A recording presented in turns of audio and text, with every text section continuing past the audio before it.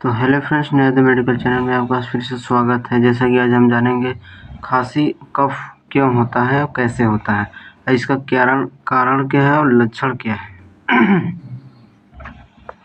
तो जैसा कि आज हम जानेंगे, इसका पहला स्टेप है दोस्तों, हम जानेंगे खांसी, जिसे मेडिकल भाषा में ट्यूसिस कहा जाता है, अचानक से असर करने वाला एक रिफ्लेक्स है। इसका उद्देश्य बाहरी सूक्ष्मजीवों, रोगाणुओं, जलन, तरल पदार्थ और बलगम को हमारे श्वसन नली और गले में से साफ करना होता है।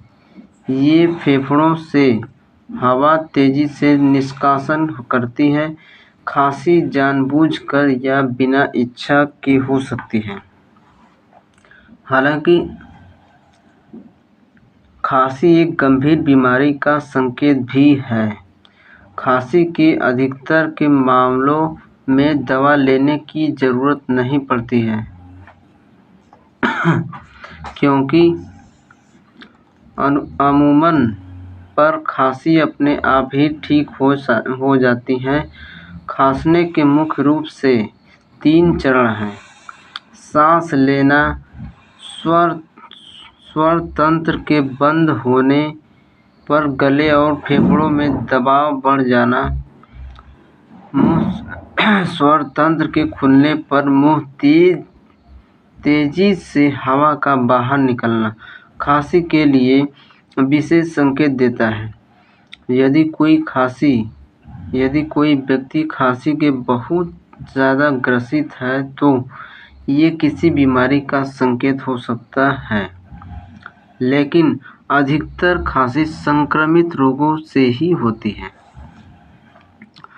दोस्तों, जैसे सामान्य सर्दी जुकाम, खांसी संक्रमण रोगों के बिना भी हो सकती है। आमतौर पर खांसी प्रदूषण, गैस्ट्रोसोफेगल रिफ्लक्स डिजीज, दम घुटना, क्रोनिक ब्रोंकाइटिस, अस्थमा, फेफड़ों में ट्यूमर, दिल का दौरा पड़ना और पोस्ट नेजल ड्रिप, धूम्रपान और कुछ दवाइयों का सेवन जैसे एस इनहिबिटर्स, इन सब स्थितियों के कारण फैल सकती हैं। दोस्तों, इसका हम जानेंगे लक्षण क्या है। इसके प्रकार हम जानेंगे। क्यूट खांसी, ये खांसी अचानक होती है और इसका प्रभाव 3 सप्ताह तक बना रहता है। ये उसे 8 सप्ताह तक बनाए रखती है।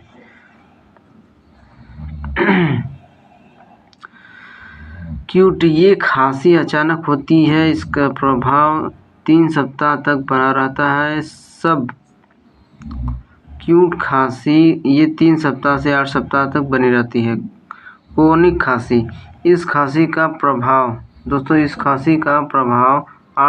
3 से 8 सप्ताह तक बना रहता है।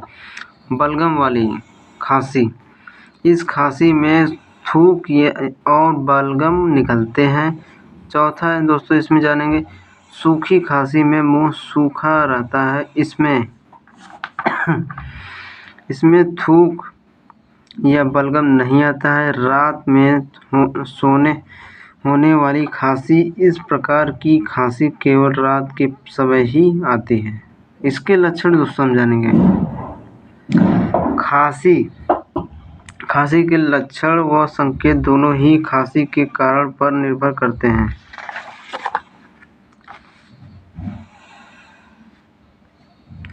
विभिन्न कारण से होने वाली खांसी के अलग अलग लक्षण हो सकते हैं, लेकिन कई कारणों के लक्षण सामान्य होते हैं, जैसे कि क्रोनिक खांसी के मामले में होती है।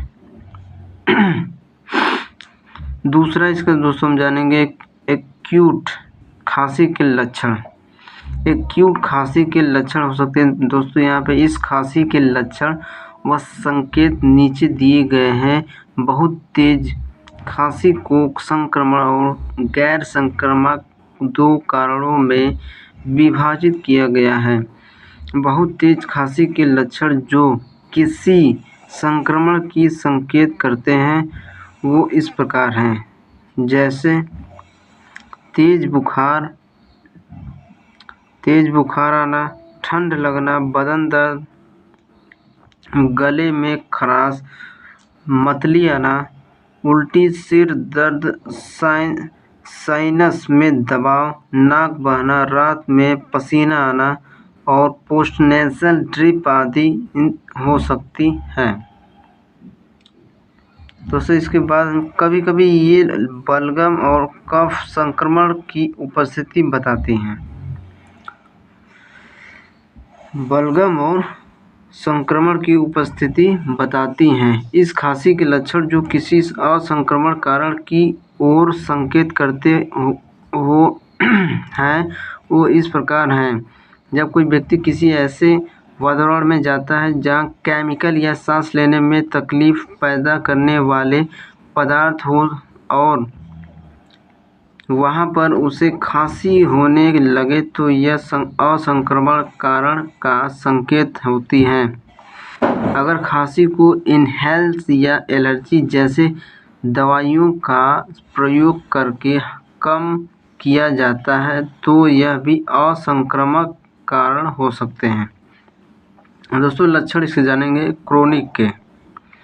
क्रोनिक खांसी के लक्षण और संकेत को सही तरीके से जांचना बेहद मुश्किल हो सकता है, क्योंकि खांसी के कई कारणों के लक्षण व संकेत एक समान ही होते हैं। यदि खांसी वातावरण में उत्तेजक पदार्थ की वजह से हुई तो ये सब बढ़ सकती हैं। जब आप आपत्तिजनक या खराब कारकों के संपर्क में आते हैं, यदि किसी व्यक्ति को वातावरण में किसी पदार्थ से एलर्जी है तो एलर्जी की दवाइयाँ खाकर खांसी में सुधार किया जा सकता है। यदि खांसी धूम्रपान की वजह से है तो धूम्रपान को कम से कम करके खांसी में सुधार लाया जा सकता है, और यदि धूम्रपान अधिक करते हैं तो खांसी और भी बढ़ सकती है। यदि किसी व्यक्ति को लंबे समय से फेफड़ों की बीमारी है जैसे अस्थमा या क्रोनिक ब्रोंकाइटिस, उसके लिए कुछ स्थान या गतिविधियों का संपर्क उनके लक्षणों को बढ़ा सकता है। ऐसी खांसी में जरूरी नहीं है कि खांसी के साथ बलगम भी आए। अगर खांसी लंबे समय से हो रहे, साइनस संक्रमण, बहती नाक या पोस्ट नेजल ड्रिप, बलगम के गले के पीछे की ओर बहना की वजह से होती है तो इस रोगों के लक्षण भी व्यक्ति में देखने को मिलते हैं। इन रोगों के बढ़ने पर खांसी की समस्या की बढ़ने लगती है एवं इनका इलाज करने पर खांसी से भी राहत मिलने लगती है। यदि कोई व्यक्ति ऐसे इनहिबिटर्स जैसी दवाइयाँ ले रहा हो तो खांसी इन दवा को शुरू करने पर हो सकती है या फिर उन दवा के इस्तेमाल के दौरान हो सकती है। जब इन दवाइयों को लेना बंद कर दिया जाता है तो खांसी अपने आप ठीक हो जाता है। दोस्तों आशा करता हूँ ये वीडियो आपको समझ में आएगा। थैंक यू, धन्यवाद।